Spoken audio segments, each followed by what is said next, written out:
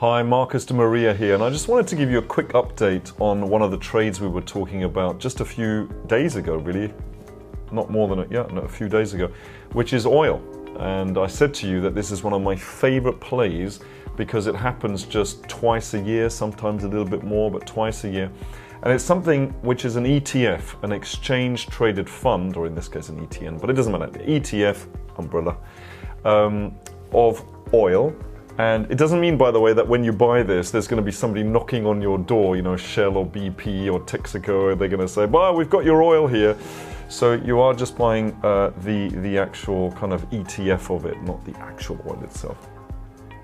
So I said, I think get in at around, I didn't say get in, I said I got in, okay? We never tell you what to do, we're just telling you what we do, and hopefully you will learn along the way on what you can do yourself at around $11.18, which was just a few days ago around this mark here.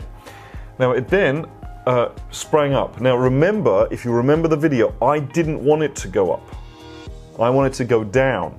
See, we do things differently to other people. We don't want it to go up. We want it to go down. You might want it to go down because this is something that I know can't go to zero. It's an ETF of oil, for heaven's sakes, right? Oil can't go to zero. We want it to go to zero, but it won't go to zero.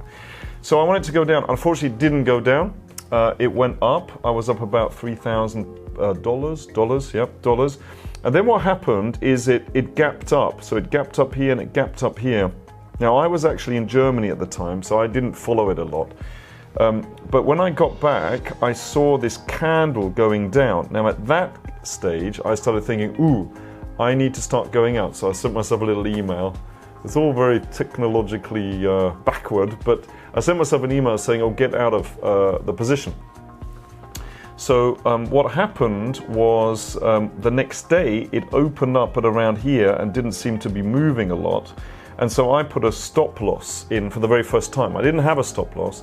It's an electronic order where you can place it wherever you want. So if it carries on going up, you know, I'm happy with that. But now that I'm in profit, I don't really want to, you know, go down and go into a loss situation. I don't mind getting in and going straight into a loss situation. But what I don't like is going up, and I didn't say, I was up almost 10%, probably more than 10% at one stage, right? So I didn't really want to go from a 10% to anything else. So I put a little stop loss there and sold. I didn't sell it all. Something to do with the broker, whatever, doesn't matter. I sold most of it, but not all of it. I'm still in at the moment. And it actually got me out as it came down the next day. So what, that's yesterday.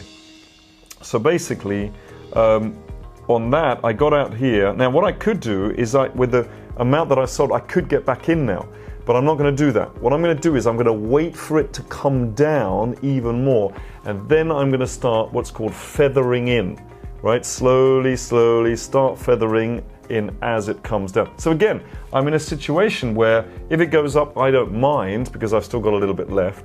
But actually I want it to go down so I can start feathering in again, okay? I haven't decided yet at what position I'm gonna go in, but probably anywhere at around the 11 mark, I'm happy to start going in again. If it goes down below 11, back up the truck, baby, because I am really gonna go in even more. See whether I can make another 3,000, 6,000, or maybe even 10,000 pounds on that. And hopefully, like last time, probably, you know, doesn't take so long. But I think the next play will take a little bit longer. Time shouldn't matter.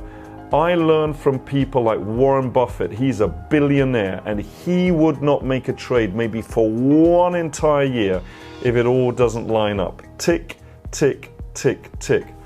Well, if it's good enough for Warren, it's good enough for me. So I know people are always in a rush. We want to make some money really, really fast, but only the people who need to sell, the other ones that lose money. Only the people that need to make money are the ones that don't do so well. So we're very chilled about this. If it comes down to a certain price, I'll buy some more. If it doesn't, I won't. Very, very simple. This is just, it's gone. This is just one of the things that we're looking about. This is the color of oil, by the way, just so you know. And I think that it's powder. It doesn't matter.